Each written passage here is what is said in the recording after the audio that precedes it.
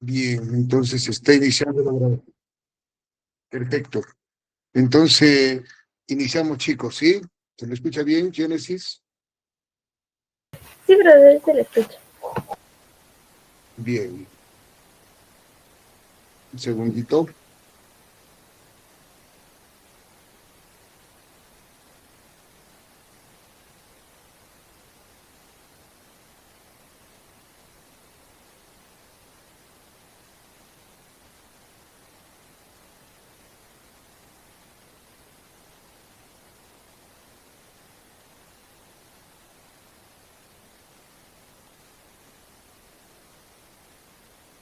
Indican si se observa ahí en la pantalla.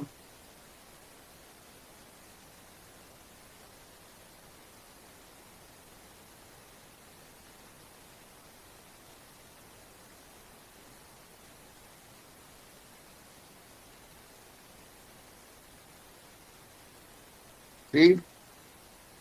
Sí, profesor. Sí, profesor, es que lo observo. Bien.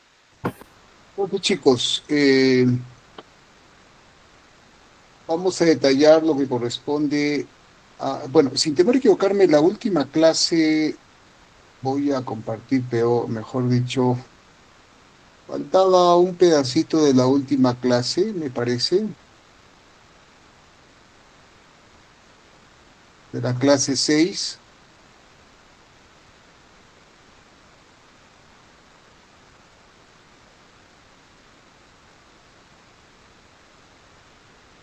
Chicos, de esto faltaba un poquito, ¿sí? ¿Se me escucha? Sí, profesor, se le escucha. Ya. Entonces ya lo han visto también todos en prácticas y los del día martes ayer ya lo han completado. Los diferentes o las diferencias que hay en cuanto a el tipo de huevo, el tipo de blástula, el tipo de gástrula, como etapas iniciales del desarrollo. La guía de práctica están estas imágenes que estoy yo mostrando, donde el clivaje o la segmentación es diferente, y lo expliqué en la última clase también, entre los organismos. Si se divide todo el huevo, es solo blástica, porque tiene poca cantidad de vitelo, ¿no? Y si se divide parcialmente, es meroblástica, porque tiene buena cantidad de vitelo. Debido a ello, de acuerdo a la disposición del vitelo, los huevos o individuos en etapas iniciales del desarrollo comienzan a adoptar diferentes tipos de clivaje, ¿no? Huevos, un clivaje de segmentación holoblástica y solecítica con variantes: radial, los equinodermos; espiral, los moluscos que vamos a ver ahora; bilateral, los tunicados; rotacional, aquí estamos nosotros. Mesolecítica con una regular cantidad de vitelo, pero el huevo se divide totalmente, lo tienen los anfibios, que también lo veremos más adelante. Y lo han visto en prácticas, en cierto modo. La segmentación parcial o meroblástica es cuando los huevos tienen mucho vitelo, y a eso se le llama polilecitos. Y dentro de la disposición telolecítica es cuando el vitelo se va hacia el polo vegetal, hacia abajo. Eso lo tienen algunos moluscos, los cefalópodos, por ejemplo. Miren, acá hay moluscos, espiral, holoblástica; moluscos, telolecítica, bilateral, peroblástica. Estos moluscos son solo los cefalópodos, es decir, los pulpos. Ellos se diferencian, los pulpos se diferencian dentro de los moluscos con los demás. Y los que son bien conocidos es la telolecítica discoidal, que lo tienen los peces, los reptiles y las aves, porque colocan huevos. Y se explicó ese día en la clase, la semana pasada, que los huevos de estos animalitos tienen una yema, tienen un vitelo, un yolk enorme, grande, que pesa, y por eso se va hacia el polo vegetal y genera un contrapeso. E hice la explicación de por qué este animalito, cuando los huevos, por ejemplo, de las aves los voltean, pues automáticamente sube el animalito a la parte superior siempre, porque el vitelo va a pesar. Y hay unos cordones que lo expliqué en la teoría, que se llaman chalazas en los huevos de eh, aves, por ejemplo. ¿Ya? Y una que es centrolecítica, donde el vitelo se va hacia los polos, mejor dicho, hacia la periferia, es principalmente presente en los insectos. También es este cuadro para que ustedes vean cómo es la segmentación. La que vamos a detallar en un ratito más es la isolecítica en espiral. Esta de aquí que estoy señalando está presente en moluscos, gusanos, anélidos. ¿Ya? Bien, entonces eso se chequeó. Más adelante observaremos esta meroblástica discoidal, este disquito blanco que ustedes ven aquí, que lo señalé la vez pasada, que está en la yema del huevo de la gallina, por ejemplo. Esa es la parte celular, es la parte discoidal. Ahí está el citoplasma, ahí está el núcleo, ahí están las mitocondrias, los organelos, y es allí donde se lleva a cabo la fecundación y se forma el individuo. Y todo esto que está alrededor, que es la yema, es el alimento del futuro individuo. ¿Ya? Entonces, lo observaremos con mayor claridad también. Hay blástulas de diferentes tipos, ¿no? Por ejemplo, los que tienen mucho vitelo, los organismos con huevos polilecitos, acuérdense bien de esas clasificaciones, please. Polilecíticos como las aves, los anfibios, perdón, los reptiles y los peces que tienen huevos, que tienen bastante vitelo, polilecitos. Su blástula no es tan visible, no es observable, como si la tuviese o la tiene un anfibio. Esta imagen que ustedes ven al lado izquierdo, imagen del lado izquierdo, es una blástula de anfibio. La blástula de los polilecitos, los peces y las aves no es así, no se puede observar así. No es tangible observar el blastocele, que es esta cavidad que ustedes pueden ver aquí, ¿no?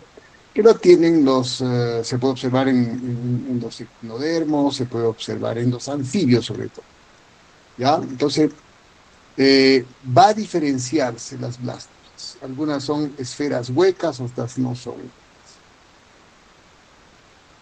¿Y cómo se observa una blástula en los organismos? La siguiente práctica, lunes, martes y miércoles, observarán esta estereoblástula de moluscos.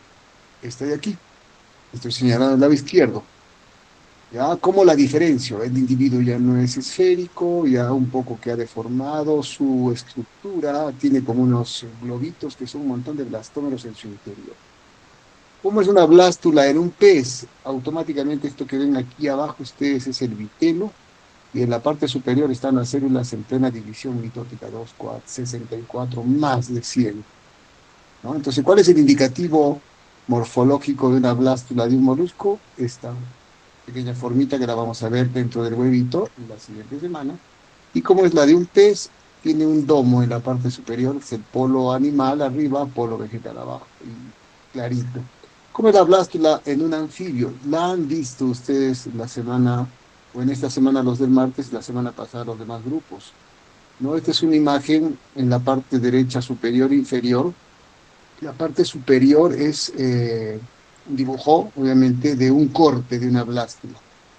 ¿Alguien me indica cómo es la blástula, cómo observaron la blástula de anfibios esta semana, o los chicos de la semana pasada? ¿Qué características tenía la blástula de un anfibio? Porque lo han visto en el del ajolote, en el individuo del ajolote. ¿Cómo era? ¿Qué características visuales rápidas uno debe considerar para saber si es blástula y diferenciar de las demás etapas?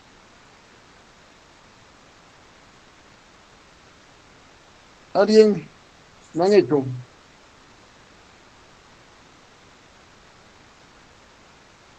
Nuevamente, ¿cómo diferencia una blástula de un anfibio? Lo vieron en el axolote. Tenía una parte clara y una parte un poco más oscura. Que ya Exactamente, pues, exactamente, Génesis. Tenía una parte clara y una parte oscura. Aquí está, en la parte inferior, esta foto que ustedes ven es mía de mí. Bueno, no tan mía de mí porque lo han hecho los chicos en años anteriores y la foto me la he quedado para mostrárselo a ustedes. Como dice Virginia, el yin yang. Oscuro una parte, clara otra parte. Miren ustedes, cuando hagan el corte con la hoja de afeitar, van a encontrar esta cavidad hueca que está aquí, esta cavidad hueca que se llama blastocele. Es un blastocele excéntrico, es un blastocele excéntrico, es decir, que está hacia el polo animal acá arriba.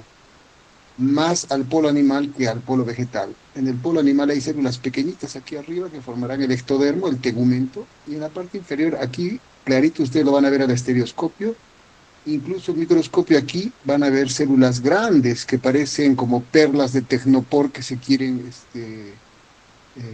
desubicar o desgranar, como llamamos comúnmente. Entonces, ustedes van a ver las células grandes de aquí. Entonces, yo tengo la blástula, ya yo sé que esta parte superior va a ser el tegumento, el ectodermo. Estas partes de aquí que estoy señalando en este sector de intersección y en este sector va a ser el mesodermo, músculos, huesos. Y esta parte inferior blanca es el endodermo, digestivo, glándulas, etcétera. Y recuerdan que esta cavidad blastocélica evita que las células superiores por inducción se toquen con las inferiores y el organismo se desordene en su morfología. Entonces, esta blástula es bien observable, se llama celuloblástula porque la puedo ver. En el pez se llama discoblástula porque no la puedo ver.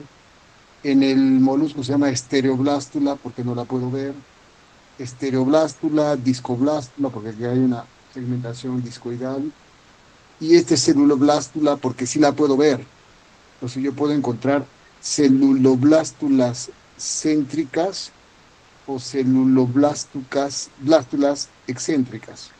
En castellano, apunten, celuloblástula regular es la que está en el centrito, como la tienen los equinodermos, por ejemplo. Los erizos que veremos más adelante tienen el blastocele, lo tienen en la parte central. Entonces, una celuloblástula regular. Y aquellos organismos que la blástula se va hacia el polo animal, como en este caso los anfibios, se llama celuloblástula irregular. Regular, centro, irregular hacia el polo animal. ¿Ya? ¿Se entendió? ¿Se escuchó? Sí, profesor. Bien, Sí, profesor. si tuviéramos la oportunidad de poder ver estos eventos, que son muy pequeñitos también, y sí se podría, en cierto modo, identificar en insectos. Este es el huevito de un insecto, ahí ven ustedes un puntito que es una célula, muchas células, y después estas células migran hacia la periferia. Por eso ven esos puntitos ahí, ¿no? Este es un modelo en Drosophila. Entonces, a esta migración de células de la parte central hacia la periferia, en este momento ya el organismo deja de estar de segmentación, pasó a estar a blástula. Y cuando la blástula, esas células se ubican en la periferia, se llama perímetro, periblástula de insectos. Es el modelo de por ejemplo, la drosófila, ¿no? Que hay bastante eh, información de ella. Pues no hemos visto estos eventos, puesto que los huevitos de drosófila o de insectos dípteros, que es el modelo, son bien pequeñitos, ¿no? Entonces a veces se confundían cuando queríamos observarlos o sacarlos de medio de cultivo que ustedes han hecho seguro en genética. Bien, entonces, pero por teoría sabemos que existen este tipo de blástulas, estereoblástulas, discoblástulas, periblástulas, celuloblástulas. Las celuloblástulas pueden ser centrales, regulares o excéntricas y regulares, que la observarán en el artículo. La gastrulación ya ustedes saben que es cuando se va a formar las tres hojas embrionarias, ¿no? El endodermo, el mesodermo, el ectodermo, y también es importante porque se observa ya la formación del arquenterón, ¿no? O sea, tendríamos que internamente observar eso. Y está ocurriendo esto, ¿no? Ya se divide el organismo en células que están por dentro, hipoblasto, capa interna, y el epiblasto de la zona externa, ¿no? En algunos casos dice que el blastocele se oblitera o desaparece formando una nueva cavidad de pared doble, el gastrocele.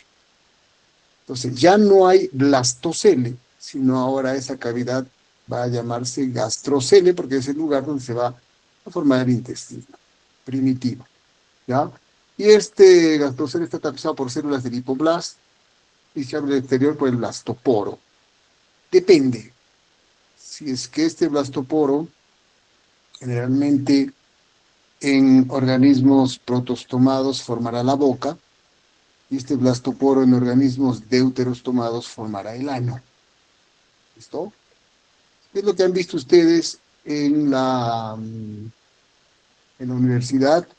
Son imágenes de anfibios, por ejemplo, que les he mostrado. ¿Ya? No olvidar, esta imagen es para recordar o recordarles, por ejemplo, la diferencia entre protostomados y deuterostomados. Lado izquierdo verde, protostomados, lado derecho, deuterostomados. No el inicio de la segmentación, el clivaje, la blástula, la gastrulación, la formación del celoma y la formación del blastoporo. Ya dependiendo si va a ser la boca, la parte, o sea, el destino del blastoporo, mouth, boca en protóstomos, anus en, o ano dentro de los deuteróstomos. ¿Ya? Y ustedes saben quiénes son protóstomos y quiénes son deuteróstomos. Obviamente los vertebrados, deuteróstomos con la suma o adición de los erizos como invertebrados. Un grupo particular, los erizos. ¿Ya? Bien, ¿qué es lo que vieron ustedes en la universidad la semana pasada y esta semana? Pues es esto. Al menos les hemos dado este Rinela. Esta es una foto también mía de mí. Está al lado derecho. ¿Listo? Empezaremos con el lado izquierdo. Dice gástrula de moluscos. La gástrula es por epibolia. En un ratito más explicaremos qué significa epi. Bolia, ¿no? Epi sobre bola, sobre la bola, o las células recorren el organismo. Visualmente, ¿cómo ustedes en el laboratorio este lunes, martes y miércoles próximo determinarán que un caracolito esté en gástrula cuando tenga esta forma? ¿Ven? Esta forma de aquí, esta forma es interesante. Esa flechita roja hace referencia a que es el blastoporo. Esa flechita roja donde se genera esa hendidura, esta forma como de herradura del molusco, ese es el blastoporo. Y si yo quisiera determinar el blastoporo en los anfibios, me voy a esta figurita al lado derecho extremo y encuentro que hay esta estructura. ¿Cómo se llama esta estructura? Clarita y lo demás era oscuro. Esta es una foto mía. Tapón vitelino. Tapón vitelino. ¿Ya? El tapón vitelino. Miren que hay un término que es bien parecido entre los tres primeros. En la parte central está la gástrula de peces. ¿Recuerdan cómo era la blástula de peces? Voy a retroceder. Esta era la blástula de peces. El vitelo y acá arriba se generaba la segmentación, clivaje 2, 4, 8, 16 y 24. Plum, muchas células, se forma un domo. Esta es la blástula. Ahora estas celulitas que están ahí arribita en este gorrito que tiene el individuo, en este domo que tiene el individuo, comienzan a sufrir migraciones y van rodeando la superficie del huevo. O sea, van rodeándolo así para abajo, lado derecho y lado izquierdo. Entonces, cuando lo van rodeando esas células que van migrando, a ese fenómeno le llamamos epibolia, igual que en los moluscos. Aquí ya veo que el individuo del pez ya no es con un domo. Ahora esas células del domo, miren, están recorriendo izquierda y derecha toda la superficie del huevo. Por eso se llama epi sobre bolia sobre la bola o sobre el individuo que hace referencia que es una bola, ¿no? ¿Se me entiende? Las células han migrado, morfocoresis. El domo van recorriendo la superficie, van recorriendo la superficie. En peces se habla de gastrulación y se le da porcentajes. Es decir, ¿qué porcentaje de la bola o del individuo esférico ha recorrido estas células en la gástrula? Si fuera el planeta, ¿en qué porcentaje de epibolia yo encontrado a este individuo? Pero una esfera, no el planeta, ¿no? Si lo tuviese que dividir por este, ecuatorialmente y meridionalmente, en este caso ecuatorialmente, ¿en qué porcentaje de gastrulación se encuentra?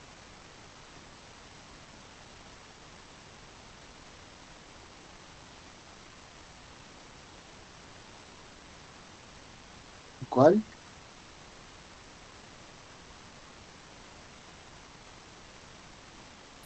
50.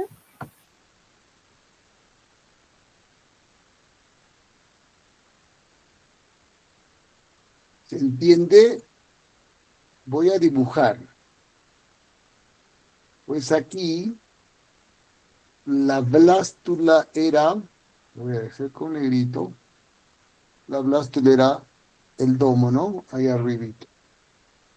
Ahora esas células han comenzado a migrar hacia aquí, y están recorriendo todo el individuo. Eso se llama epibolia, epi sobre bolia sobre la bolia, ¿no? Y por aquí también. Están generando como un gorrito. Principalmente se nota por los lados de manera muy, muy interesante. ¿Ya? Bien. Entonces, si está sufriendo epibolia, ¿en qué porcentaje de epibolia está? Pues yo veo que está aquí, más o menos aquí, ¿cierto? Ahí está. Estaría en un epibolia al 50%, aproximadamente, ¿cierto? 50%. ¿Sí o no, chicos? Aproximadamente. Si encuentran que esto está, por decir, hasta aquí, ¿en qué porcentaje de epibolia se encuentra el individuo?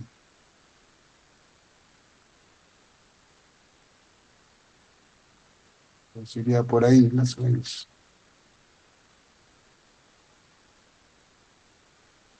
¿En qué porcentaje de epibolia se encontraría el individuo? 90. 90. Y así. Entonces, chicos, con esto, en peces tiene otro trato. En anfibios también es por epibolia, pero tiene otra forma de identificar, otra manera, que es la morfología. Lo veremos la siguiente semana. En peces es cuánto ha recorrido estas células la superficie del huevo. 30, 50, 60. Ya lo mencioné la vez pasada, y en prácticas también se lo repito, que hay papers donde te indican el estado de desarrollo del pez cuando tú debes someterlo para encontrar respuestas de alteración de alguna vía del desarrollo en los peces. Entonces, por ejemplo, te dicen, no, o te indican exponer al organismo en la etapa de gastrulación del 9 a 14. O si no, te dice exponer al organismo en gastrulación al 30%. Entonces, cuando tú encuentres al bicho, al microscopio o al estereoscopio, en esa etapa, recién puedes someter, ¿ya? Recién puede someter al individuo a algún contaminante. En los peces cebra, generalmente tenemos 3 primeras horas, después de haber colocado los huevos para que podamos inducirle a algo. ¿Por qué? Porque externamente tiene una capita. Esta es una imagen de la bibliografía, pero realmente se llama decorionizar. Perdón, realmente se llama decorionizar cuando yo quito, ¿no? Cuando se quita una capita realmente que tiene el huevito alrededor, que lo vieron también en las prácticas, cuando les dieron huevos de peces. Y aquí incluso en los peces marinos hay unas fibras de colágeno que se les dijo. Y esta capita externa tiene un nombre, corion, ¿ya? Solo que en las investigaciones con el pez cebra le quitan el corion, esa capita. Por eso se mira como la imagen que ustedes están observando. ¿Ya? Se decorioniza al individuo y se lo mete en una solución salina que se llama E3, y ahí se observa el desarrollo completo. Pues nosotros no lo decorionizamos, simplemente lo tenemos en la solución que querramos investigar. Igualito van a formarse los peces, igual van a eclosionar los peces. ¿Por qué hablaba de las 3 horas? Porque este corión es fenestrado, este corión tiene unos pequeños poritos, el corión que protege al individuo. Y esos poritos permiten el intercambio del medio externo con interno. Pero en el pez cebra, eso más o menos se calcula que son 3 horas. 3 horas esos poritos están abiertos. Pasan las 3 horas, es decir, ya pasó la gastrulación. Miren, ¿no? Pasó la gastrulación, está entrando a otra etapa. ¿Qué pasa? Esos poritos se cierran. Y al cerrarse esos poritos, ya no puedes tú someterlo al pececito en el agua con lo que tú quieras, porque no va a haber ese contacto. Ya el pececito cerró los poritos del corio y no permite ese intercambio. ¿Se entiende? Entonces, por eso, cuando se haga el experimento, trataremos de traer los pececitos lo más rápido que podamos. Tenemos 3 horas para traerlos, limpiarlos, y discriminar los que no nos sirven y someter de inmediato a lo que está planteado en sus experimentos. ¿Ya? Bien, si paso a los anfibios, su gástrula es por embolia igual, porque las células de yin yang, como decía Virginia, las células que estaban oscuras comienzan a rodear a las blancas, a las claras. Entonces, igualito, epibolia, las células se dividen y van tapizando la superficie del huevo. Entonces, el huevo que tiene una parte clara se va reduciendo. Y esa parte clara se va reduciendo y viene la segunda forma de los anfibios de gástrula, que se llama embolia. Embolia significa que esas células, conforme van avanzando, se van metiendo, van ingresando, ¿no? ¿No? Hacia obviamente el interior del individuo. Y conforme van ingresando, este taponcito se va achicando, se va achicando, se va achicando, hasta que ¿no? queda la zona del futuro ano. A esa forma de ingresión se llama embolia. Entonces, primero recorren y después se meten. Si yo hago un corte con una hoja de afeitar esta gástrula con su tapón viterino, que es bien clásico, yo hago un corte y divido este organismo en dos, en el interior ya no voy a encontrar esto que se llamaba blastocele, no. En el interior voy a encontrar otra estructura que se llama arquenterón, o sea, el futuro intestino. Eso lo vamos a hacer también, sacrificaremos un individuo para que ustedes lo puedan ver internamente. ¿Ya? Ahora, ¿cómo es la gástrula en los equinodermos, en los erizos? Su gástrula es muy parecida a la anterior, las células recorren la superficie del individuo y luego se meten, como esta parte de acá, ustedes ven, se meten, esta es una imagen de fractura, se meten y las celulitas van formando el arquenterón aquí. Este sería el blastoporo y el arquenterón. ¿Cómo se llama ese tipo de gástrula en los equinodermos? Por invaginación. Entonces, ¿qué tipos de gástrula conocen? Epibolia, embolia, invaginación. ¿Ya? Bien, ahí termina esta clase. ¿Se me entendió? Esos nombres están en la guía y ustedes lo pueden considerar, anotar, porque es importante, muy importante que cuando iniciemos las prácticas desde la siguiente semana ya con los invertebrados y luego los vertebrados, la primera pregunta es, tipo de huevo, tipo de blástula, tipo de gástrula. Y ustedes deben cantar, ¿no? Tipo de huevo, telolecito. Tipo de blástula, discoblástula. Tipo de gastrulación, es por invaginación. O es por delaminación. O es por lo que acabamos de mencionar, ¿no? Epibolia, embolia, etcétera. ¿Listo? ¿Se me escuchó o ya se han dormido? Más o menos. Ya está. No, Michael, no te puedes dormir. O sea, más o Sigamos. menos le escuché. No. Ya, perfecto. Yo pensé que te estabas ya durmiendo. Bien, vamos ahora a hablar de un grupo de invertebrados que prácticamente es el segundo más numeroso después de los insectos. Es el grupo de organismos prácticamente el segundo más numeroso de los invertebrados del mundo. Es por eso que hay que darle mucho ojo a estos bichos que están olvidados. Hay una disciplina dentro de la zoología, la malacología, lo que les gusta a los moluscos. Eh, no hay que yo conozca especialistas puntualmente. Y así en Arequipa me parece que si hay algunos jóvenes que se están dedicando a esto, pues son pocos. Más le están dando el trabajo o la intención de trabajar con vertebrados. Pero estos bichos son muy interesantes. Nosotros queremos tomarlos como modelo. Estamos trabajando con uno que ya esta semana ustedes lo van a ver, la siguiente semana. Ojalá que lo sigamos trabajando. Yo creo que sí, para incluirlo como un modelo regional, que es FISA o Planorbis. Un poquito de ellos que ustedes conocen, tripoblásticos, ¿no? Tres hojas embrionarias, simetría bilateral, aunque algunos pueden tener una simetría secundaria, ¿no? Eh, invertebrados, sin esqueleto, protóstomos, eh, celomados, y muchos tienen concha. Y ahí las diferentes formas de masas ovígeras de moluscos. Las que deben llevar al laboratorio la next week es este.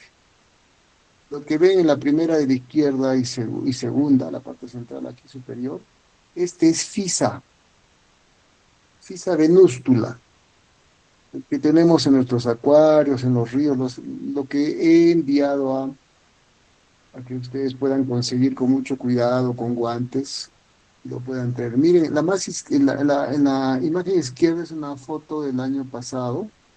Miren ustedes cómo es la masa ovígera, más o menos 1 centímetro, un poquito menos a veces, gelatinosa, volumen, transparente. En el interior ven ustedes los huevitos, esferas con albúmina, y esos puntitos claros que estoy señalando son los individuos en pleno desarrollo.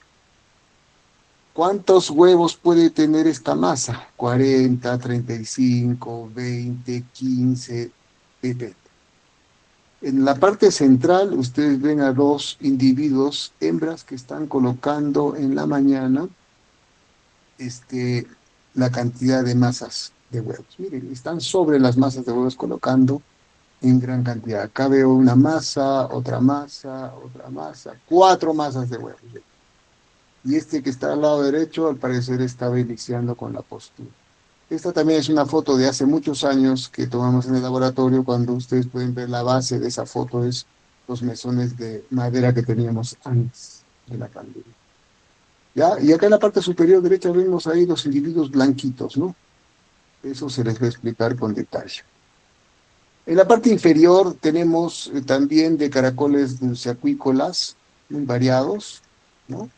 Pero a veces son coriáceos sus huevitos, como en el caracol manzana, por ejemplo, y sus variantes y sus hermanos, que son un montón, que colocan buena cantidad de huevos en los acuarios, en los estanques, pero son coriáceos, no son transparentes y no podemos observar su desarrollo. Entonces eso imposibilita en la investigación. Sin embargo, FISA, Planorbis, y son muy, muy, muy interesantes. En el lado derecho, superior e inferior, vemos las masas ovígeras de caracoles marinos. Ya, que ven la parte superior es de concholepas, ¿no? La pata de toro, la tolina que le llaman. También esta es una foto que la tenemos, se las vamos a mostrar. ¿Cómo son las masas ovígeras o arrocillos que le llaman, que se encuentran pegadas en sustratos, pues en el lecho marino? Y en la parte inferior también es de un molusco que se llama Thais chocolata, que es el caracol chocolate, que también ambos se exportan, se consumen más en el extranjero, creo que en tu propio país. Pues así son sus masas ovígeras, son queratinizadas, son bien coriáceas. En el interior están los huevitos, pero tampoco no los podemos observar, porque, repito, la superficie externa es coriácea, es queratinosa, y no podemos ver. Bien, ¿qué tipo de huevo tienen los moluscos? Un huevo que tiene regular cantidad de regula la poca cantidad de vitelo, ¿no? Hasta escasa, y el vitelo está distribuido de manera ciertamente uniforme al principio de vitelo, por eso son isolecíticos. En algunos molúsculos, como los ya mencioné que hay una excepción, ¿no? Con los cefalópodos, el huevo es telolecítico, o sea, tiene mucho vitelo, a excepción de los moluscos, repito, perdón, de los únicos que tienen esta característica son los pulpos, dentro de los moluscos. En sí, los cefalópodos. La segmentación del embrión es holoblástica. ¿Por qué es holoblástica? Porque se divide todo el huevo, porque tiene escasa, poca cantidad de vitelo. Y es en espiral, porque más adelante veremos que los blastómeros se van ubicando de una manera bien particular, ciertamente, como su nombre lo indica, en espiral. ¿Ya? ¿Por qué? No, es muy importante. El plano de segmentación es en ángulo oblicuo, formando una disposición en espiral, dependiendo el grupo del caracol, si van a tener conchas levogiras, dextrogiras. Esto es por mandato genético que un rato más observamos, ¿no? Se les va a detallar. Eh, Termodinámicamente, este empaquetamiento es adecuado para que se den este tipo de divisiones donde direccionen al uso mitótico hacia la derecha o hacia la izquierda.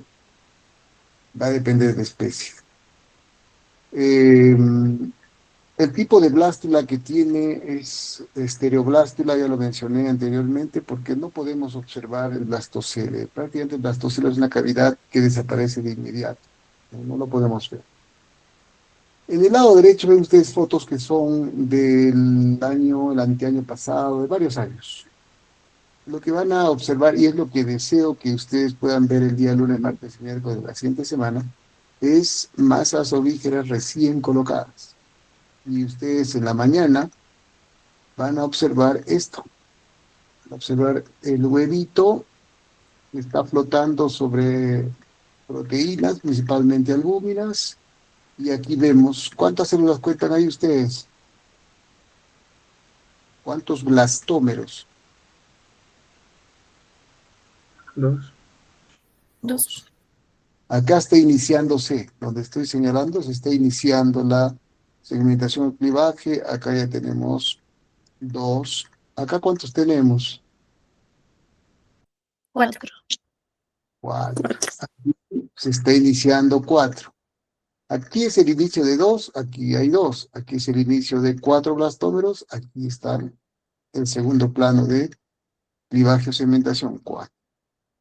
Esto lo han visto ustedes en la práctica la semana pasada y este martes en el erizo, cuando la profesora, yo, Carmencita, les he entregado una gotita de individuos de erizo, que es oro para nosotros esa muestra, y dice, mira, en el erizo es igualito, dos, cuatro, los organismos en general, primer plano de segmentación o clivaje, segundo plano de segmentación o clivaje, y así sucesivamente.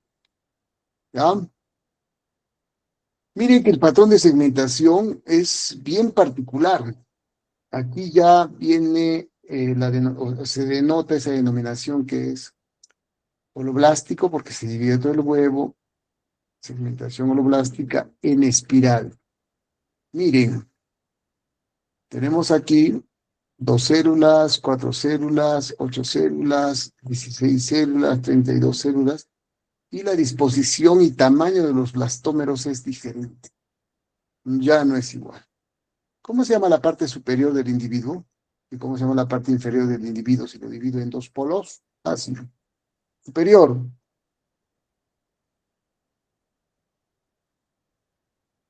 Animal.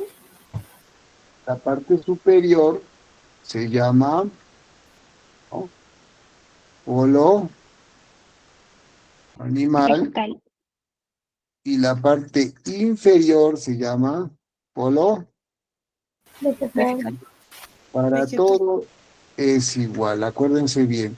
Si yo les pregunto, ¿dónde está eh, almacenada la mayor cantidad de vitelo? ¿Hacia el polo animal o hacia el polo vegetal? Polo vegetal. Al polo vegetal. Implica eso, que el clivaje o segmentación, que no son más que divisiones mitóticas, sea acelerada la mitosis o sea lenta la mitosis en el polo vegetal.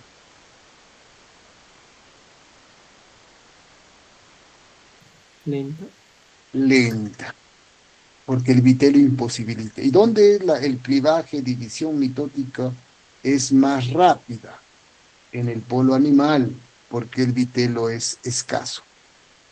Entonces, ese hecho de que el vitelo se reacomode también genera diferencias en tamaño de los blastómeros. Por eso arriba los blastómeros son pequeños y abajo los blastómeros son grandes. Entonces aquí encontramos, ¿se acuerdan lo que les mencioné? Micrómeros y acá abajo, ¿cómo se llaman los grandes? Macrómeros. Macrómeros. Y ese patrón lo van a ver en muchos animales. Lo vamos a ver en anfibios, sobre todo, bien interesante. También en los propios erizos. Ojalá que lleguemos hasta esa etapa. ¿Listo? Dice acá, las dos primeras segmentaciones, o sea, 2 y 4, son casi meridionales. 2 y 4, meridionales. Todo, ¿no? Y muchas especies tienen diferentes tamaños. Depende. En cada segmentación, desde cada macrómera exterior, brota una pequeña micrómera en su polo animal. De la macrómera grande, acá, por ejemplo, 1A mayúscula, 1A minúscula. Así se categoriza. 1A mayúscula, macrómera, micrómera, 1A minúscula, pero en espiral, o sea, en diagonal u oblicua la división. Esto que va formando luego un patrón en espiral. Cada cuarteto de micrómeras es desplazado a la derecha o izquierda, dependiendo de su macrómera hermana, creando un patrón espiral específico. Ustedes pueden ver la imagen 2, 4, 8, 16, 2, 2A, 1A, 1, 1A, 2, y así. O sea, es bien particular, bien puntual. Este estudio se ha hecho en Linnea, por ejemplo, ¿no? La foto que nosotros tenemos bien interesante de esta etapa es la que ven al lado derecho. Podemos ver probablemente 16 células aquí, donde está la flechita, ¿no? Estaríamos hablando del cuarto plano, ¿no? De división o de clivaje, 16 células.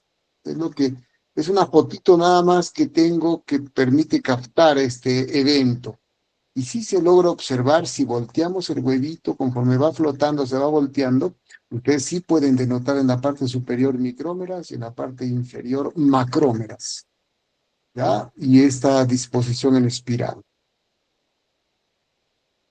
Dice, en la tercera segmentación, cuando ya hay 8, la macrómera A da a 2 células hijas, la macrómera 1A y la micrómera 1A, mayúscula y minúscula. No sé si ustedes logran, con esta imagen que la van a tener ya con detalle en casa pronto, en el aula virtual van a ver cómo es el jueguito. Acá hay 2, acá hay 4, acá hay 8. A, 1A y su micrómera en la parte superior, o lo animal, 1A minúscula. 1B, 1B minúscula. 1C, 1C minúscula y 1D, 1D minúscula, pero siempre en patrón de división oblicuo.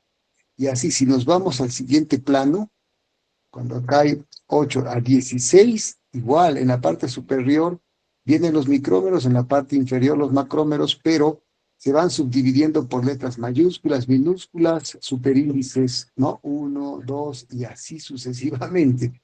Entonces, es complejito esto, bien complejito poderlas, bueno, en cierto modo hacerles el seguimiento. Esta es bibliografía de Linnea, ¿ya? De Linnea Stagnalis. Dice, en la tercera segmentación, 8 células, se forma el primer cuarteto de micrómeras. En la mayoría de especies, estas micrómeras están a la derecha de sus macrómeras, ¿no? Dependiendo. Esa es una particularidad. No sé si ustedes ven las letritas, así es como POCOR, que se van dividiendo, pero siempre respetando que en la parte superior están las micrómeras y en la parte inferior las macrómeras. Ya, dice, en la cuarta segmentación, la macrómera 1A se divide para formar la macrómera 2A y la micrómera 2A minúscula, y así sucesivamente. Dice, la micrómera 1A se divide para formar dos micrómeras más, 1A superíndice 1 y la 1A superíndice 2. Y así sucesivamente va sucediendo con todas, ¿no? Eh, es bien especial esto, darle el seguimiento, y esto sucede en cuestión de horas. ¿Ya? Por ejemplo, esto en FISA le hemos calculado que para llegar siquiera hasta 16 células estamos hablando alrededor de entre 6, 7 horas, ¿ya? Entonces, nosotros le hemos calculado también que en FISA, más que calculado y determinado que su eclosión está entre 7 y 9 días, ¿ya? O sea, todo el desarrollo de FISA es entre 7 y 9 días.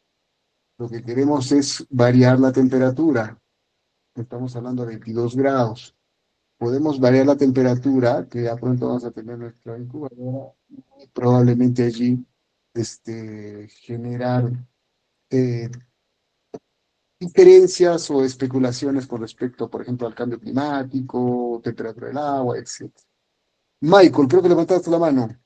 Sí, Profesor, dos preguntas al respecto.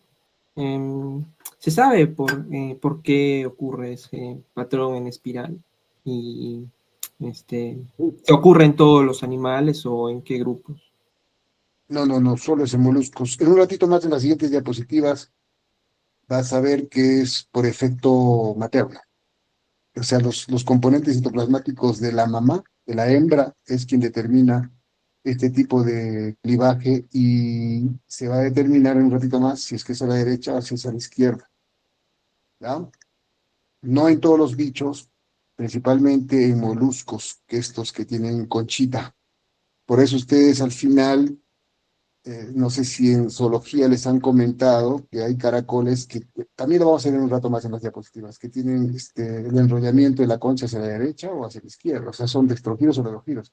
Y eso es importante para clasificarlos y determinar la especie. Es un tema. O cuando hay alteraciones, modifican el patrón de clivaje en espiral. En lugar de ser izquierda, lo hacen a la derecha. Entonces, hay bastante por cosas por aprender aquí o por investigar. ¿Sí, Michael?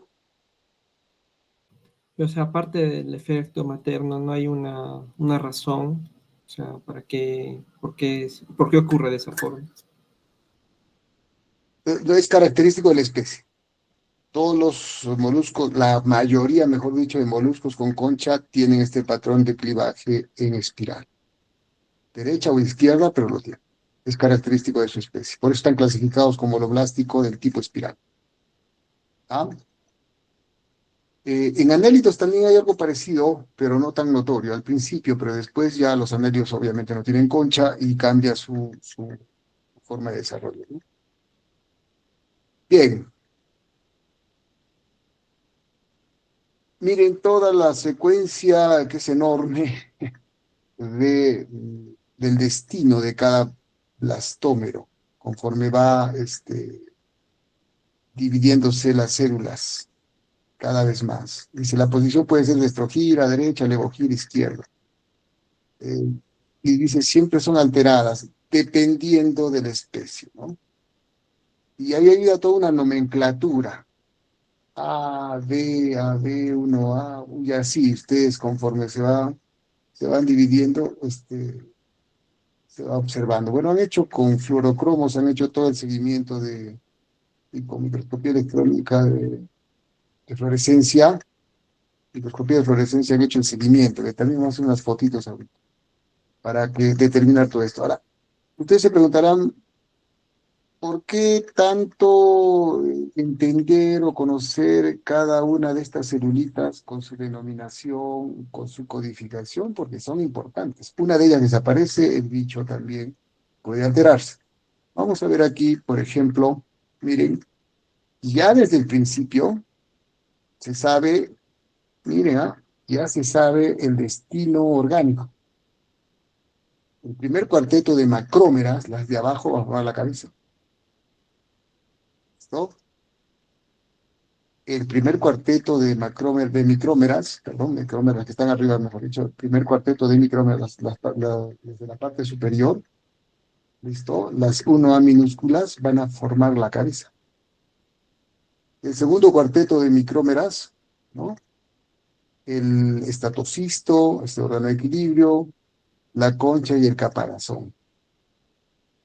Entonces, por eso este jueguito de cuartetos, primer, segundo, y estudiarlos, ¿no? Es muy interesante porque ya desde aquí ya se conoce el destino orgánico en general del organismo. Aquí está el ejemplo de la A, por eso está marcada de color naranja, cómo esta A se va dividiendo, ¿no? Entonces, ya aquí hay un patrón establecido, ¿no?, del desarrollo. Y ahí está lo que les mencioné, la orientación del clivaje hacia la derecha o hacia la izquierda. Cuando lleguen los caracoles ustedes, porque algunos probablemente lleven adultos para que es un microambiente que se pueda generar en un balde o en un tupper, propiciar que coloquen los huevos y tenerlos a la mano, los huevitos hace rato en la práctica, pues se darán cuenta y me comentarán si FISA tiene la concha hacia la izquierda o hacia la derecha, o sea, si es levogira o si es dextrogira, ¿no? Entonces, miren el patrón, el patrón es bien particular, dependiendo de las especies. Son son un montón de moluscos, repito, el segundo más grande después de insectos, y echémonos a volar, ¿no? Cada uno de ellos. Han ido al litoral, no sé si han hecho seminarios de zoología, con estos bichos, es bien interesante y hay que estudiarlos cada vez más. Bueno, a nosotros nos compete la parte del desarrollo. ¿Listo? La orientación del plano de segmentación es controlada por factores citoplasmáticos dentro del ovocito. Entonces, la hembra es quien lleva estos factores y esta orientación, ¿no? Se determina. Hay esta bibliografía que tenemos del INEA, que también han hecho experimentos con ellos, y ahí está la dirección del espiralamiento, ¿no? Dos genes silvestres. Dos genes silvestres. Es homocigote dominante de estrogiros y homocigote recesivo levogiros. Pero dice algo bien interesante, ¿no? La dirección de la segmentación es determinada por el genotipo de la madre.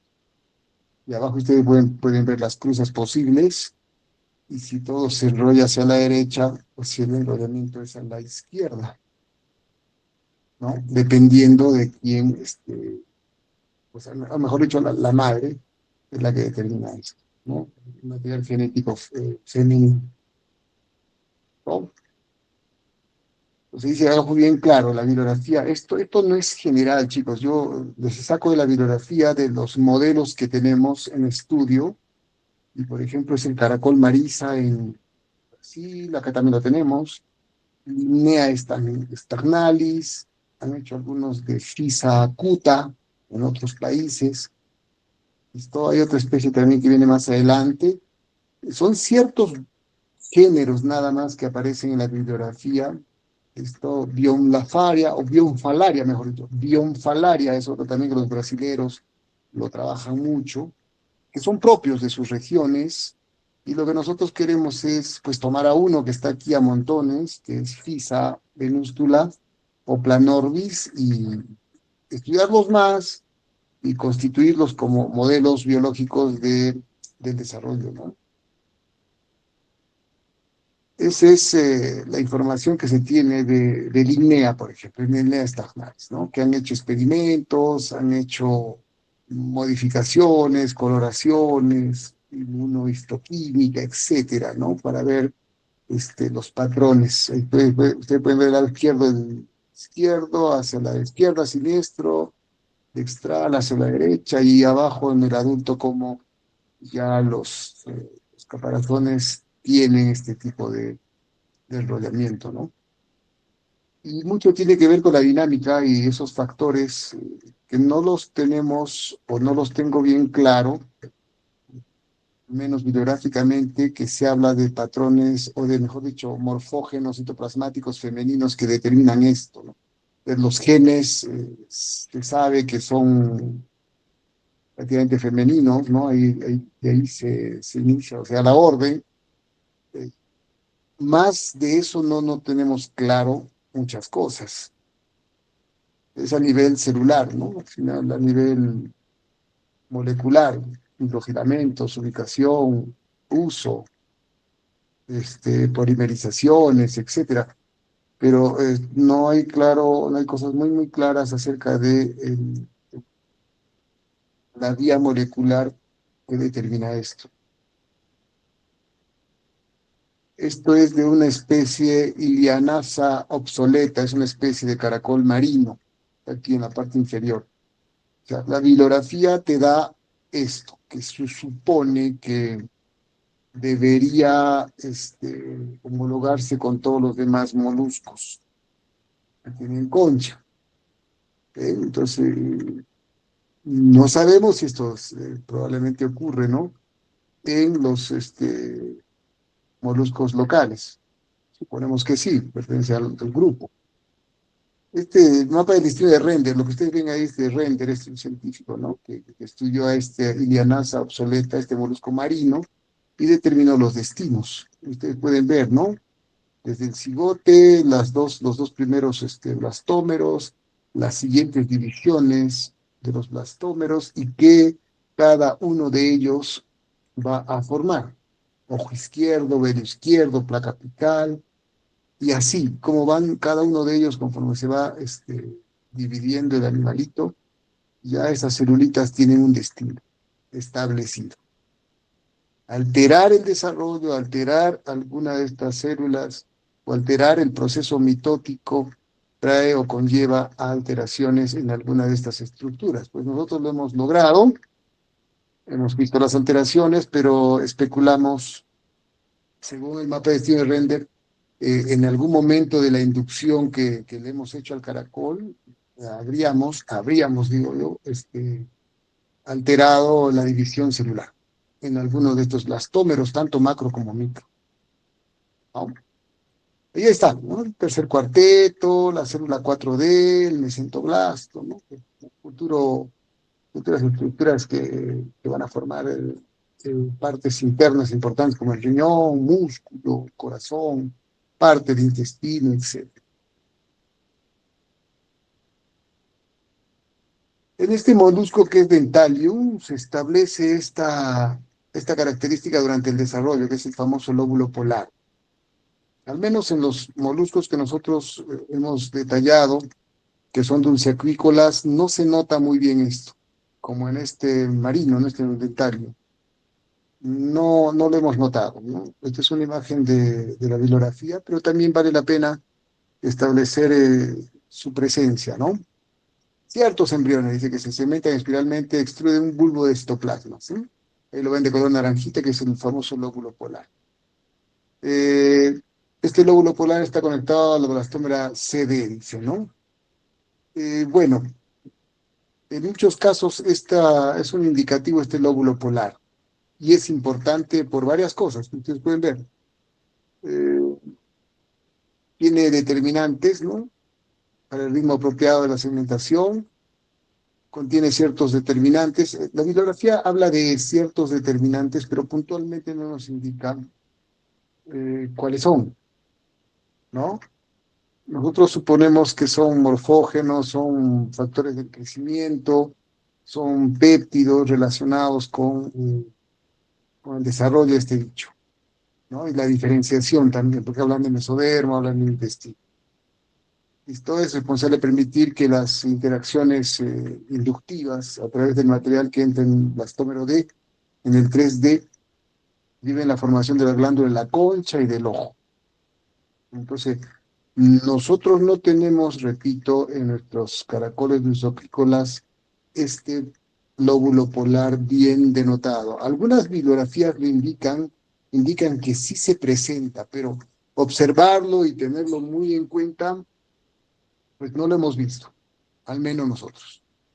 Pero es importante, miren, porque si se destruye, hay experimentos donde destruyen, ¿no? Con microagujas destruyen este lóbulo polar y encuentran diferencias y alteraciones en el desarrollo a nivel de concha y del ojo.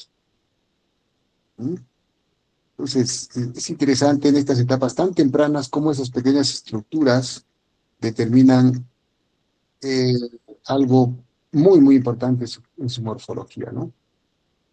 Y también determinan la parte dorsoventral del embrión. obviamente la parte dorsal y ventral, concha. Pues ahí son todos los eventos más importantes que podemos detallar de la segmentación o el clivaje, la blástula que también se ha dado, que no es una blástula con blastocele,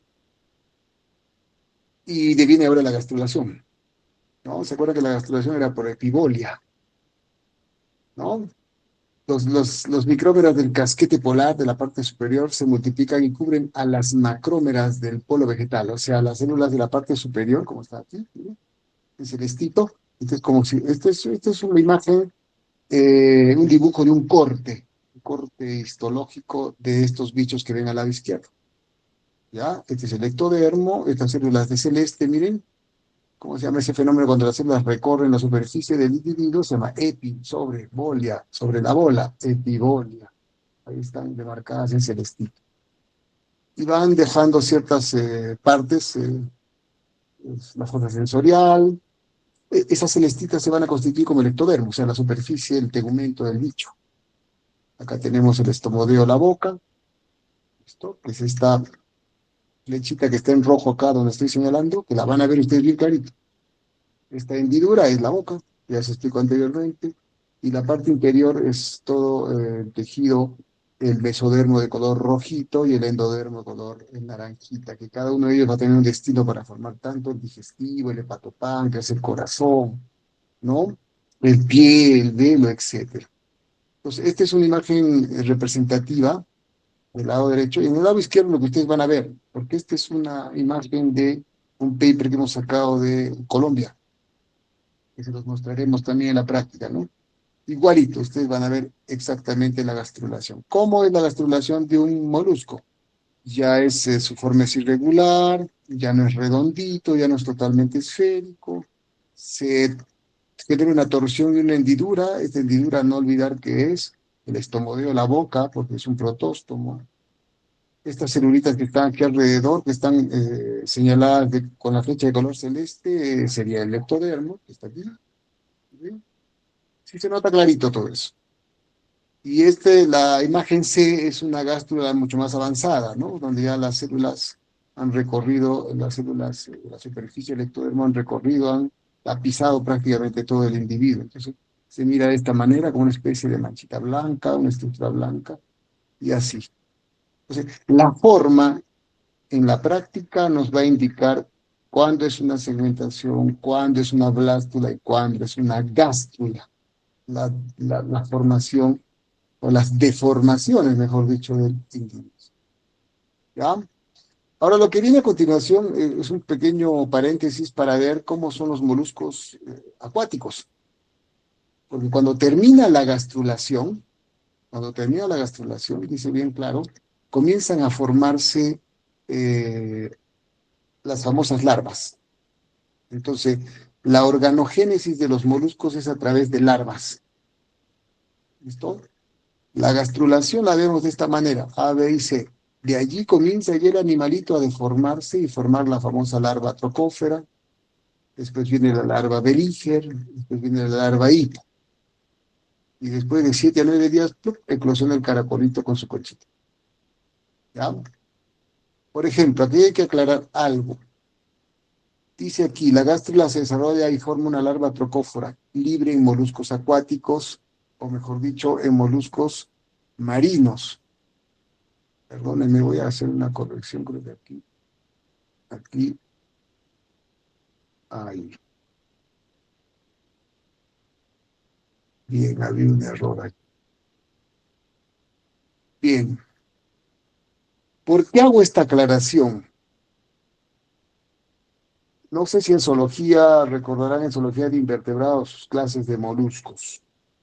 Y cuando se habla de las larvas, se habla de la larva trocófora, se habla de la larva cuando tiene el prototroca, pelotroca, anfitroca.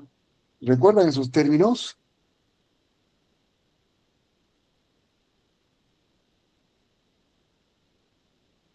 Chicos,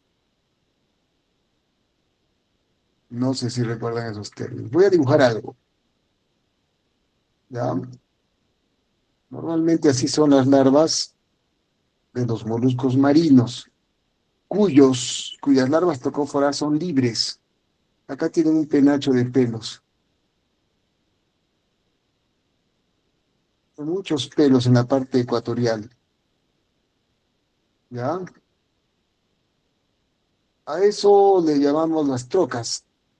Troca viene de pelo.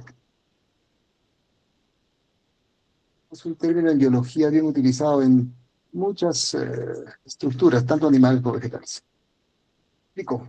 Troca, pelos. Algunos tienen allí, también otros lo tienen en la parte de los polos, y así son las larvas de muchos moluscos que son microscópicos.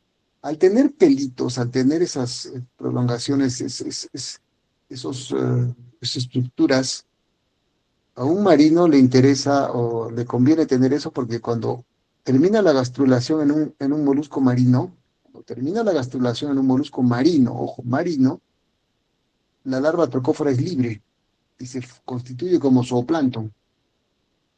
Repito, en un molusco marino, la gástrula forma larvas trocóforas y esas larvas trocóforas son libres en moluscos marinos. Y al ser libres necesitan estas estructuras llamadas trocas para la locomoción, para que comiencen a moverse. Y forman parte del zooplancton. ¿Listo? Zooplancton. Sin embargo, una larva trocófora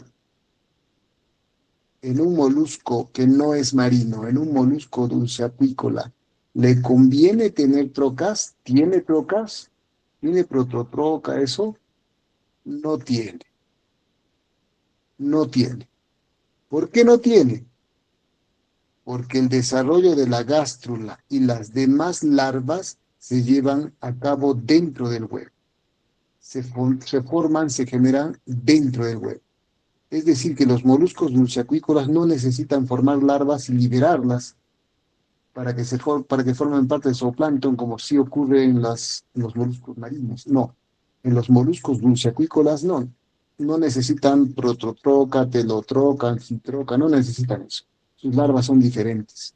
Tienen el mismo nombre, trocóforas, pero no tienen esos pelos o cilios o trocas, porque no son libres. Se lleva a cabo el desarrollo internamente, ¿ya? Dentro del un rato más lo van a ver dentro del huevito, ahí está la larva trocófora. ¿Se entendió eso, chicos? Larva trocófora libre, marinos. Larva trocófora no libre en dulceacuícolas. Caracoles, por ejemplo. En Dulceacuícola sale directamente ya con el caparazón. No, salen inmaduros, porque de trocófora falta una larva que se llama belíger, y de belíger recién viene el juvenil, y del juvenil viene el adulto. O sea, todas esas etapas en el marino se llevan a cabo en el agua, forman parte del zooplancton. Sin embargo, en el caracol dulceacuícola, no. Todas las etapas se llevan a cabo dentro del huevo. Miren, ahí está. Me voy a adelantar. ¿Logran ver esto? A hasta la I. A, huevo, clivaje, acá está 4. Plástula. Lado derecho, A, gastrulación. Acá están las imágenes que les hice colocar la gastrulación. Esta es la larva trocófora, Michael. Mira la D, ¿no? La E, larva belíger, F, larva belíger, ya tienes acá ya la concha futura, aquí ya tienes el pie futuro, acá está el hepatopáncreas, GHI, ya tienes acá ya la conchita ya casi formada, el pie, H, ya tienes acá la concha en la parte inferior, es el pie, y ya tienes el pie y la concha, y lo único que le falta a este animalito es salir. Todo este desarrollo se lleva a cabo dentro de, ¿qué es lo que estoy señalando? Dentro del huevo. Acá está el huevo. Le llamamos el huevo, ¿no? El corion, como quieran. Ahí está. Todito. Esto dura en nuestro molusco 9 días, 7 días, 9 días. Y eclosiona. Y cuando eclosiona en el agüita, ustedes van a ver un caracolito totalmente formado, como este. Como este que está aquí en el A. ¿Logran ver? Estoy señalando. ¿Sí? ¿Qué tiene? Concha, pie, ojo, corazón, hepatopáncreas, bien formado. ¿Listo? Esta es la eclosión en un dulce acuícola. Sin embargo, en un marino, no. En un marino, la eclosión es acá, en estas imágenes. Cuando tienen trocas, tienen un pie y tienen las trocas. Acá tienen este velo incluso. El velo es para poder trasladarse. La larva trocófora es así, irregular, feíta, zooplancton, libre ya está en el agua. Esta también. Esta ya es una belíger, de trocófora pasó a belíger, porque tiene velo. Acá abajo tiene un manto, tiene un velo, tiene cilios, y sigue nadando, sigue moviéndose, esta es la futura concha. ¿Ya? Entonces, es diferente. Larva trocófora, larva belíger. Aquí hay otra más clara, larva belíger de zooplancton de caracoles marinos. Tenemos la futura concha, tenemos el velo y tenemos, mira, la cantidad de cilios, ¿no? Que permite el velo y los cilios que les permite moverse. Esto dice acá, el velo es una estructura ciliada en forma de lóbulos que le permite nadar y alimentarse filtrando las partículas en suspensión. Fíjense que estos caracoles marinos tienen que alimentarse por filtración ya una vez libres en el agua. Sin embargo, los dulceacuícolas no, ellos dependen de la albúmina que está alrededor, de esta albúmina que está alrededor. De esa albúmina depende su alimentación. Entonces vean cómo son caracoles, pero hay diferencia en el desarrollo en dulceacuícolas y marinos. Libres, no libres. Se alimentan por sí mismos por filtración, en este caso de los marinos, y en los dulceacuícolas su alimentito está en el huevito, full proteína con agua. ¿Ya? Más imágenes de larvas belíger, ¿no? Está la concha, está el velo, están los ojos, está el pie. Pero sigue nadando, se sigue alimentando por sí mismo, ¿no? Entonces en el interior ya están formándose el intestino, medio, posterior, etcétera. Un gráfico así sería de un molusco generalizado, ¿no? Una larva belíger, ya que está ciertamente conformada, ¿no? Tenemos la concha, el intestino, el pie, el velo. Esta estructura no tienen, pues, obviamente, velum, no tienen los moluscos dulceacuícolas, porque no lo necesitan, porque no necesitan nadar. Su desarrollo está dentro del huevo, se alimentan del albur. Sin embargo, los marinos ya tienen esta característica. Y ahí la diferencia. Entonces, si queremos ver larvas belíger, procófora de moluscos marinos, tendríamos que hacer un muestreo de zooplancton y ahí échate a volar, ¿no? O encontrar todos los bichos que hay entre protozoarios, qué sé yo, diferentes protistos, ¿no? Y dentro de ellos las larvas incluso de los propios erizos, que son equinodermos, larvas de platelmintos, larvas de anélidos marinos, larvas de moluscos. Me muero para identificarlos, tendríamos que tener mucha pericia, ¿no? Imagino que lo hace, ¿no? En este caso no lo hemos intentado. Y así, más datos de estos bichos que son marinos, ¿no? Para un poquito, no nos hemos metido, no hemos trabajado con marinos, obviamente por cuestiones de experiencia, más que todo, la lejanía que está el litoral. Lo único que tenemos en el laboratorio es masas ovígeras de concholepas y de taís chocolate que les he mencionado, ¿no? Al final así debe terminar la larva, ya terminada la metamorfosis. Bueno, estas son imágenes de la bibliografía, ¿no? Este ya lo mencioné, que lo vamos a chequear nuevamente en las prácticas, todos lo van a ver en las prácticas, y este es nuestro patrón. A ver, les comento y lo repetiré en las prácticas. Este es un paper, si no me equivoco, de Colombia, que han hecho todo el seguimiento en días y fotografías de este animalito. Y es un paper. Lo que ustedes ven es el resultado de un paper. O sea, hacerle el seguimiento por horas, tiempo. de este animal, ¿no? Entonces, FISA. Nosotros tenemos otro FISA. Y no hay ningún documento, no hay documento donde pueda encontrarse todo su desarrollo. Nosotros lo tenemos disperso y bueno, sería interesante si alguien se anima a hacer todo el desarrollo completo de este animalito, ¿no? Por horas, variaciones de temperatura, etcétera. O sea, se puede investigar muchas cosas de él, ¿no? Entonces, eh, el nuestro lo tenemos a montones. El nuestro lo tenemos con muchísimo gusto en los ríos, en los acuarios, es una plaga. Plaga para algunos, para nosotros es un material biológico para hacer investigación muy interesante, como van a ver. Entonces ya expliqué aquí, ustedes pueden ver eh, las etapas iniciales, ¿no? Primera plano de segmentación, acá está el huevito, ustedes lo van a ver de color amarillo, acá está oscurito, ¿no? Pero el nuestro, así cuando está el corión, la albúmina, está flotando allí el individuo de color amarillo, es de color amarillito, muy indicativo. De allí, la idea es cuestión de horas, poco tiempo, ver el primer plano de segmentación, como lo mostré yo en las imágenes al principio, 2, ¿no? 4, ya que acá ya se puede catalogar A, B, C, D, 4. Miren que ya hay una superposición de las células, el uso está de manera oblicua, ¿no? Aquí ya tenemos una, una mórula, le podemos llamar esta F, etcétera, ¿no?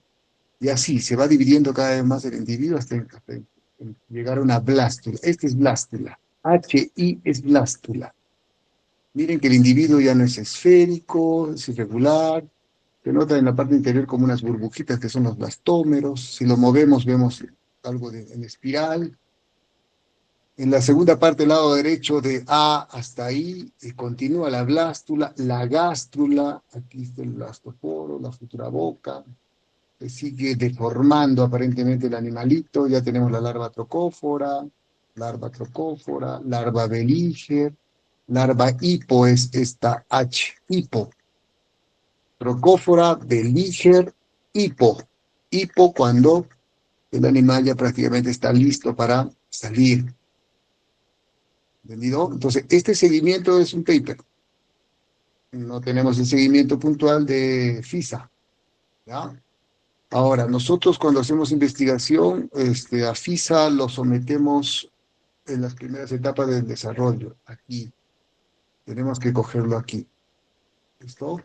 Entonces traemos muchas masas de huevos, masas ovígeras, y las observamos al estereoscopio y determinamos si están en estas etapas, no, prácticamente no nos sirve. Es decir, que ya el desarrollo avanzó y pues el destino ya está determinado y la inducción no va a tener éxito. Entonces, en estas etapas iniciales, ¿no? Es donde nosotros tenemos que coger al animalito para hacer la inducción.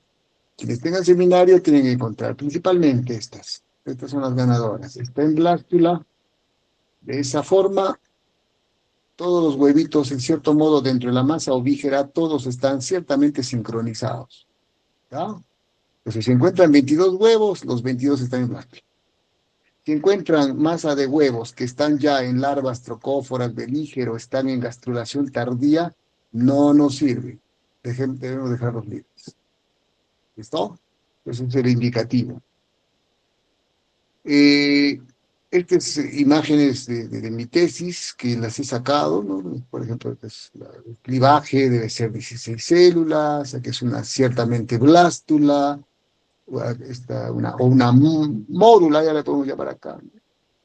La larva trocófora, larva belíger, larva hipo, está sintetizada aquí. ¿Ya? Acá está su pie, acá está su ojito, acá está su concha. Incluso van a ver ustedes en la práctica que en un minuto le van a hacer el conteo del corazón. Como es un organismo de circulación abierta, van a encontrar en la parte dorsal el corazón. Y van a contar cuántos latidos tiene por minuto. 80, 60, cuántos tiene.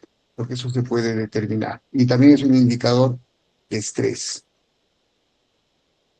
Hicimos una investigación con detergentes, sí les comenté esto hace tiempo ya.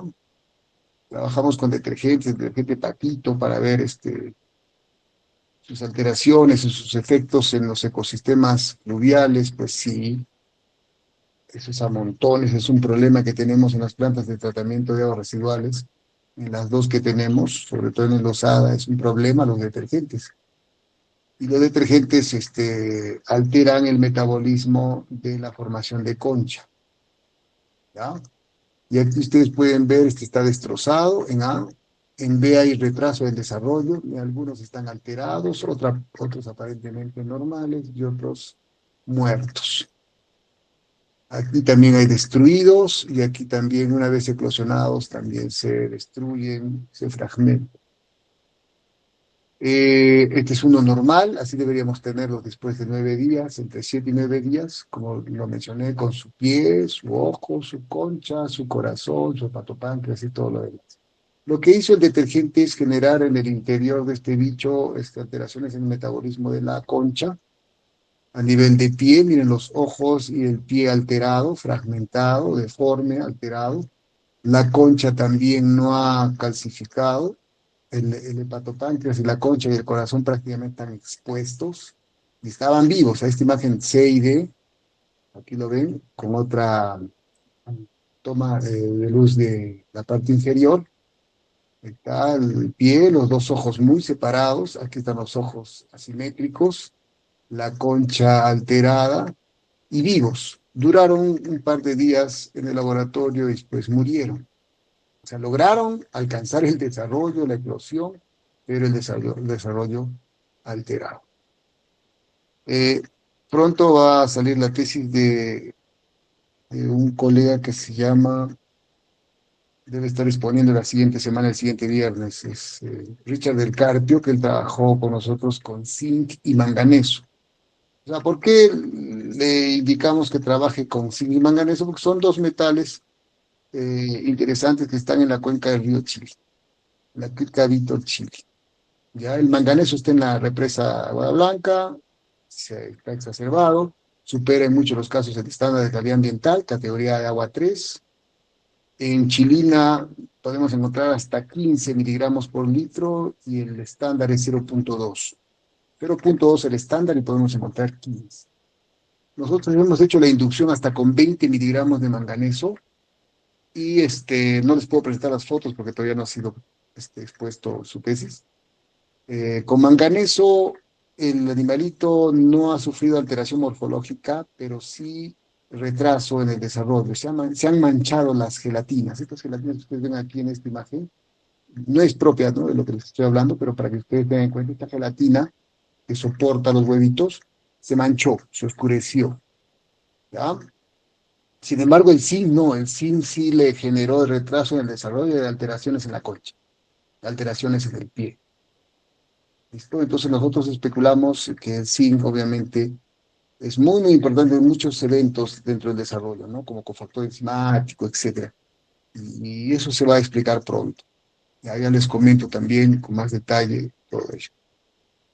Este es el trabajo que presentamos el año pasado, el 2023, con Kevin Tejada, que es un colega ingeniero biotecnólogo que hizo la maestría aquí en la UNSA, que les habla, Pablo García, que es profesor de Chile en la Universidad de Arizona y de Colorado, Carmencita Flores, lo conocen, el profesor Lino Morales, que es de química, Liliana Romero, que es ingeniera biotecnóloga, la profesora Juana Tipona, que es química, Gary Bansin, que es ingeniero, biólogo, perdón, y Jonathan Sharp, que es el director de la Escuela de Ingeniería Civil y Ambiental de la Universidad de Colorado, Estados Unidos. Entonces nos aceptaron este trabajo porque hicimos una investigación con residuos de curtiembres, con diluciones. Trabajamos con anfibios, trabajamos con Daphnia y trabajamos con caracol, ¿no? Y lo hemos impulsado para que lo reconozcan a FISA Venústula como un modelo al menos de la región. Entonces, un primer trabajo publicado, necesitamos más donde se enteren que podemos trabajarlo, ¿no? Entonces, los efluentes cargados con sales, cromo, metales, etcétera, generan, ustedes pueden ver aquí en la parte B, ¿no? Larvas hipo de 9 días que están ya deberían estar eclosionadas, deberían estar los animales fuera del huevo. Mire, en primer lugar hay un retraso en el desarrollo y en segundo lugar hay alteraciones en el desarrollo, ¿no? A nivel de concha, miren los ojos, el pie y la concha alterada de manera oscura allí. Entonces, generalmente esto hace, el pH juega un papel muy importante aquí y alteró las vías de desarrollo de las conchas. Ahora nosotros especulamos, de acuerdo a la bibliografía, que la alteración, porque la inducción fue en blástula, la alteración fue a nivel de esos macrómeros y micrómeros, que en el anterior caso, según Render, se habrían afectado. Entonces, hay mucho por hacer acá, chicos. El día lunes, martes y miércoles damos más datos en las prácticas para que ustedes puedan tener cierta claridad en lo que se quiere. ¿Se han dormido? No, Bien, ahí veo que están levantando la mano Virginia, está todavía despierta Virginia, Génesis ya se durmió, Lisbeth Chuta, Diego Eduardo, Jesús. Bien, sí está, dice la señorita Zaire, yo pensé que estaba durmiendo la señorita Johan. Bien, ¿qué dudas tienen o qué les ha parecido? ¿Conocían de lo que les he hablado el día de hoy? ¿Sabían que eran así estos bichos tan pequeñitos y tan importantes para trabajar? Ya los van a ver.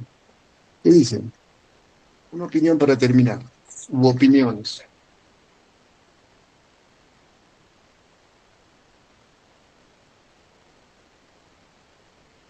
No hay. Yo les voy a jalar la lengua. Yajaire Rocío, ¿qué dice usted? A mí me pareció interesante, profesor, principalmente no la razón de la que sí tenemos traje con FISA y demás. Y también precisamente era mi duda de por qué a veces salían dextrogiros y por qué lobogiros y eso, si eso ya se podía ver desde la etapa embrionaria. Eso. Ya, bien, sí se puede ver ya. Sí se puede ver. Cristian Daniel, escribes, no te puedo leer, es importante porque eso es, de bojero extranjero también altera sus órganos sexuales y una especie nace con ese cambio, que no estoy seguro si es de una mutación, es infértil. Sí, sí, sí, también hay alteración. O sea, no es que la conchita nada más se modifique y se vaya a la izquierda o a la derecha, sino orgánicamente se ocurren las modificaciones. Han hecho ya estudios con hepatopáncreas, por ejemplo, ¿ya? Con hepatopáncreas y sí hay alteraciones. Ahora, no olvidar que estos bichos son hermafroditas y igual habría que evaluar, habría que realizar, podríamos realizar a largo plazo evaluaciones transgeneracionales, ¿no? Si el efecto continúa en la descendencia o no. Ya lo llamamos al profesor Sandro para que nos ayude en la parte de genética. ¿Quién más? ¿Alguien más tiene una duda por allí? Michael. Profesor, y en los dulces, los caracoles, dulces acuícolas, para generar su concha en el huevo ¿tienen carbonatos o lo sacan del ambiente? No, ya tienen ellos todo el material proteínico. Son 3 capas que ellos tienen para formar la concha. 3 capas. La concha está formada por 3 capas. Y esas 3 capas ya las tienen establecidas. O sea, el material orgánico e inorgánico lo tienen en esa albúmina. O sea, yo digo albúmina, esa gelatinita que está, o sea, aparte de la gelatina, tienen la albúmina dentro del huevito, ahí están todos los componentes necesarios para su concha. Ahora, nacen con una conchita débil, pero sí establecida, formada, es decir, delgadita y ciertamente oscurita, ya cafecita. Ahora, cuando eclosionan, la refuerzan, ya del ambiente la refuerzan más con fosfatos, carbonatos y mejora. Ahora entenderán ustedes que cuando, por ejemplo, hay bastante materia orgánica, estos bichos se reproducen como poco, porque tienen lo suficiente en el ambiente para poder ingresar sus individuos en pleno desarrollo inicial, ¿no? De la materia orgánica.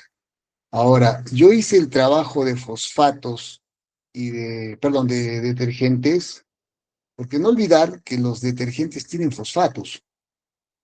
Cuando uno tiene materia orgánica y hay detergentes, en cierto modo, hasta cierto punto, eso exacerba el crecimiento de algas, microalgas, y se genera lo que ustedes conocen como eutrofización.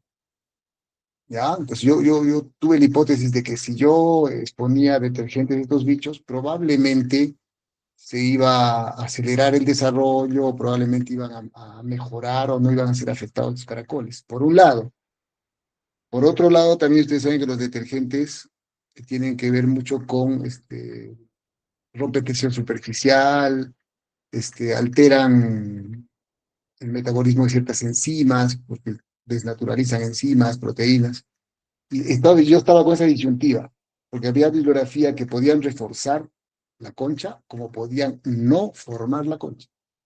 Y entonces, como siempre ustedes saben, la dosis hacia el veneno. Yo utilicé unas dosis que fueron inadecuadas en este caso, y no formó la concha.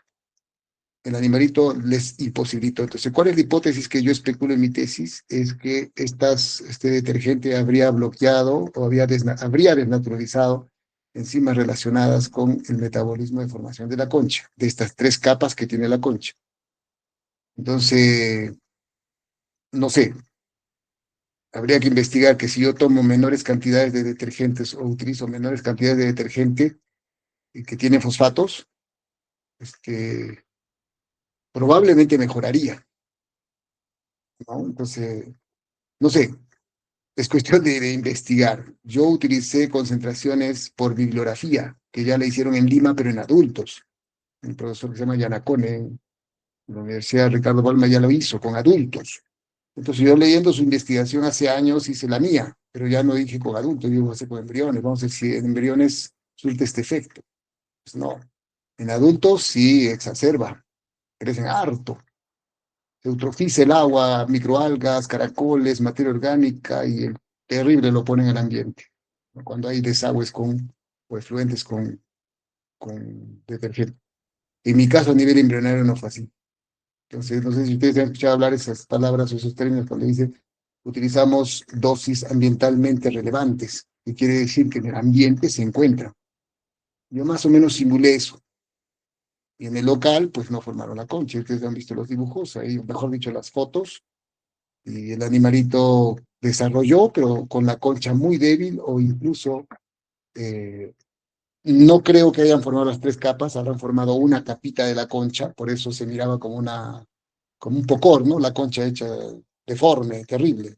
Un poco más y expone el hepatopáncreas y el corazón. No lo expone, obviamente, pero sí se formó una capita nomás, al parecer, de las 3, ¿no? Entonces, más estudios tenemos que hacer para eso.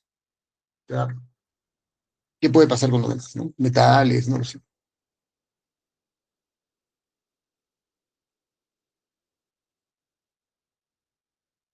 ¿Algo más? Chicos, para irnos, y nos vemos pronto. ¿Sí? ¿Han dormido?